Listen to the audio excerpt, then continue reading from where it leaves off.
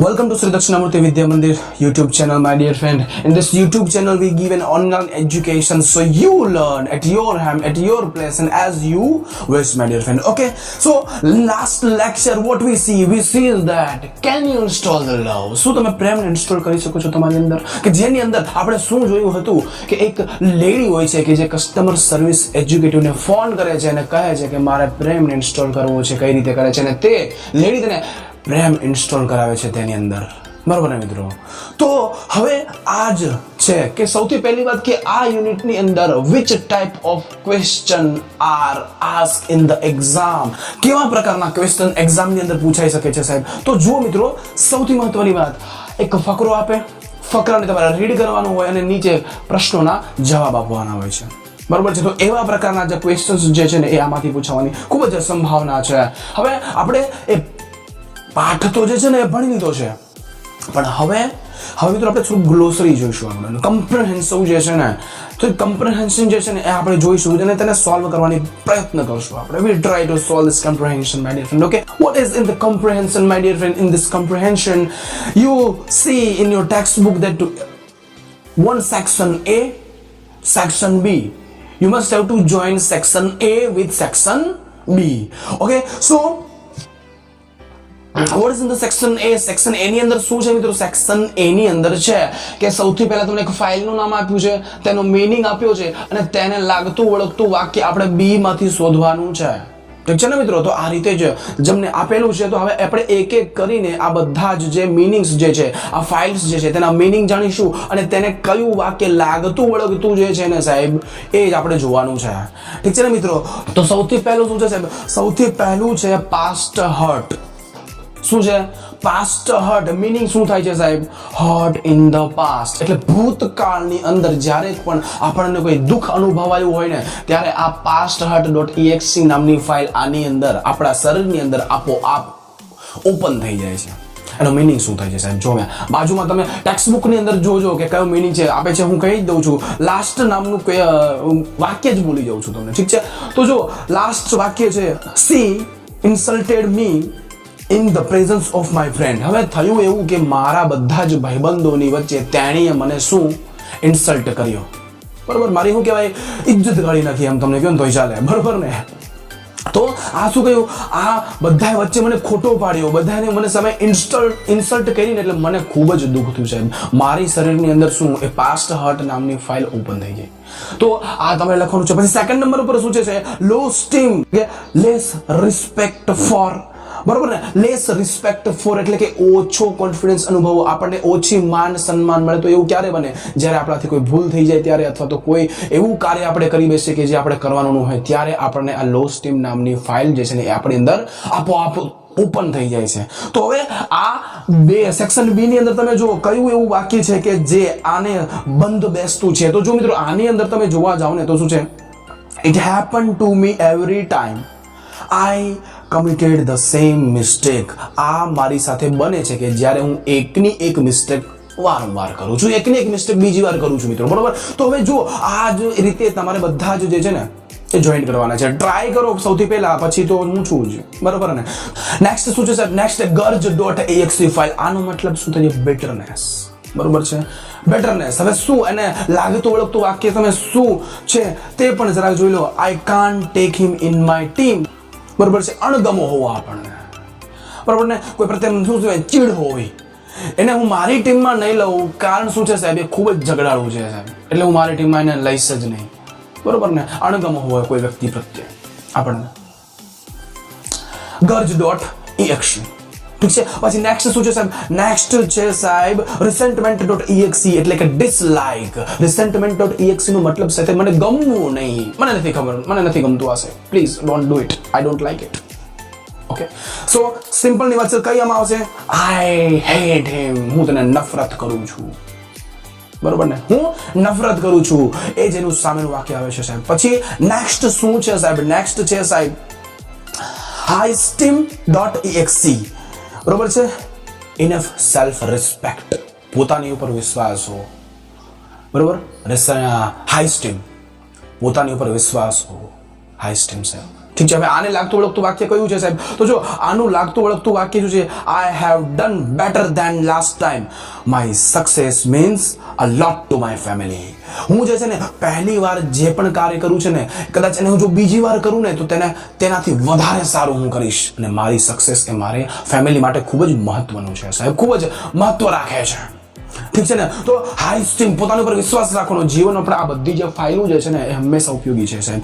એકથી એક ફાઇલ તમે જેવી રીતે ઓપન કે બંધ કે જેવી રીતે એ લાગતી વળે ગરજો હોય, ડિસલાક હોય, આપણને કોઈ પ્રત્યે અણગમો હોય, બરોબર છે, તો આ બધું શું ધીમે ધીમે બંધ કરી દેવાનું કે જેથી કરીને આપણી અંદર પ્રેમ ખીલે.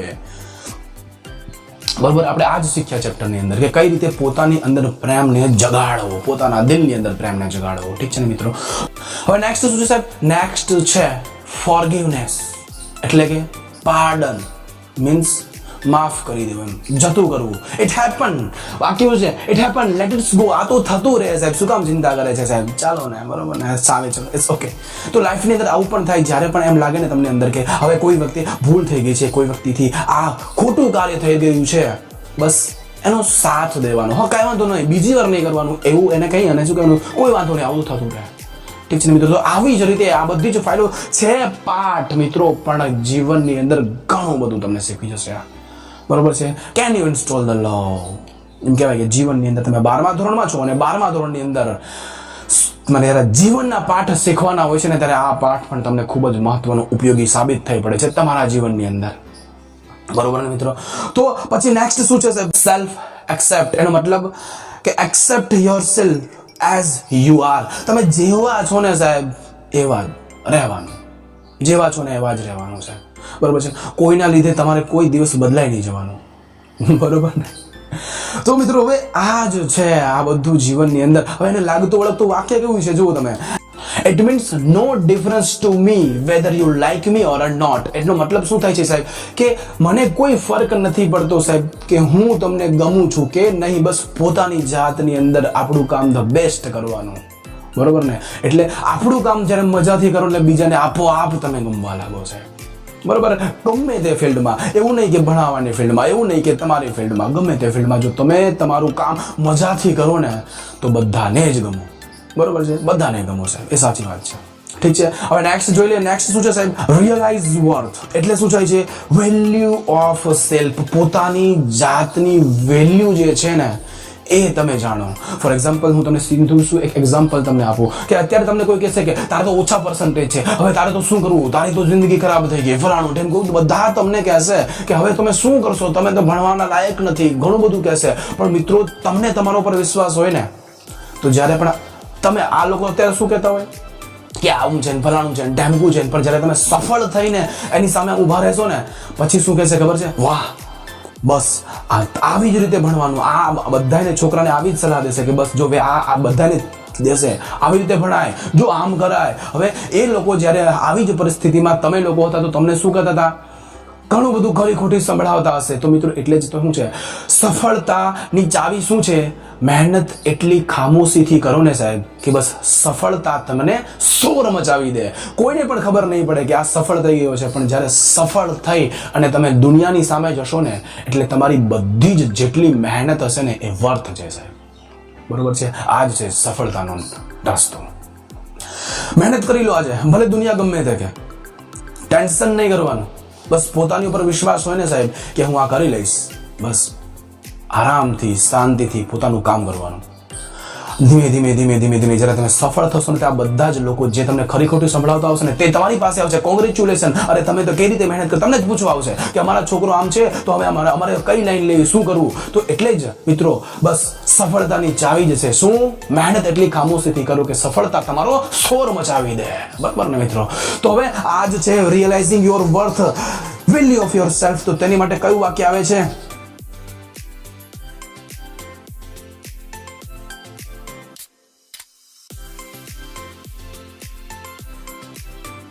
જો નેક્સ્ટ મીનિંગ શું છે સાહેબ?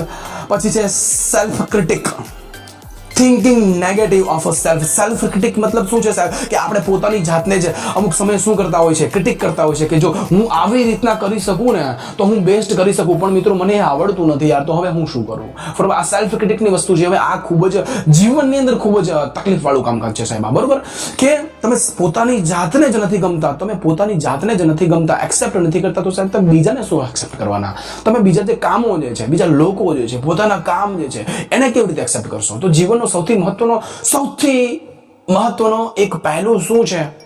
Accept yourself. તમે પોતાની જાતને જ ગમો, બરોબર, પોતાની જાતને જ ગમો સૌથી પહેલા. હવે એની માટે એક વાક્ય કેવું છે બાજુમાંથી તમે જુઓ, તેની માટે વાક્ય એમ છે કે I am less educated, I can't do it. બરોબર છે, હું ઓછો ભણેલો છું સાહેબ, એટલે હું નહીં કરી શકું સાહેબ. હવે એક વાત યાદ રાખો, હંમેશા એજ્યુકેશનની વાત નીકળી જાય છે ને તો એક વાત તમને બીજી પણ કહી દઉં મિત્રો, જો એજ્યુકેશન એક એવી વસ્તુ છે કે કોઈ પણ એજ્યુકેશન, કોઈ પણ યુનિવર્સિટી, કોઈ પણ ડિગ્રી તે તમને બાંધી દે છે. ફોર એક્ઝામ્પલ, તમે કોઈ પણ ડિગ્રી કરો ને એટલે શું કહે, તમે બસ એ જ ફિલ્ડમાં આગળ વધો ને, એવું હોતું જ નથી મિત્રો. તમને જે ગમે ને એ ફિલ્ડની અંદર તમારે વધવાનું આગળ, કે જેથી કરીને તમારી લાઈફ બેટર થાય મિત્રો, બરોબર છે ને. આવું માનસિકતા, ભલે તમે ગમે તેવું એજ્યુકેશન મેળવેલું હોય, તમારે કરવાનું એ કાર્ય છે કે જે તમને ગમે છે. ઠીક છે ને મિત્રો? તો હવે એક લાસ્ટ છેલ્લી ફાઇલ પણ આપણે લઈ લઈએ. શું છે ભાઈ? ગુડનેસ એટલે કે કાઇન્ડનેસ, બરોબર છે, કાઇન્ડનેસ છે એનો મતલબ. તો તેને લાગતું કયું વાક્ય છે? It is struggling to coming out, it is struggling to coming out, let's help it. એ ખૂબ જ તકલીફ વાળું કામકાજ છે પણ હું મદદ કરીશ એને, બરોબર છે, હું એને મદદ કરીશ. આ મદદ કરવાની ભાવના જે છે ને એ જ તમને આગળ લાવે છે મિત્રો. ઠીક છે ને? સો આજે આપણે એક ગ્લોસરી, એક કમ્પ્રેન્શન આપણે પૂરું કર્યું છે મિત્રો, બરોબર છે ને? હવે તો આ સાથે જ મિત્રો આ એક જે નાનું એવું ટોપિક છે ને, unit number 1, read number 1, can you install the love. Thanks for watching and have a nice day.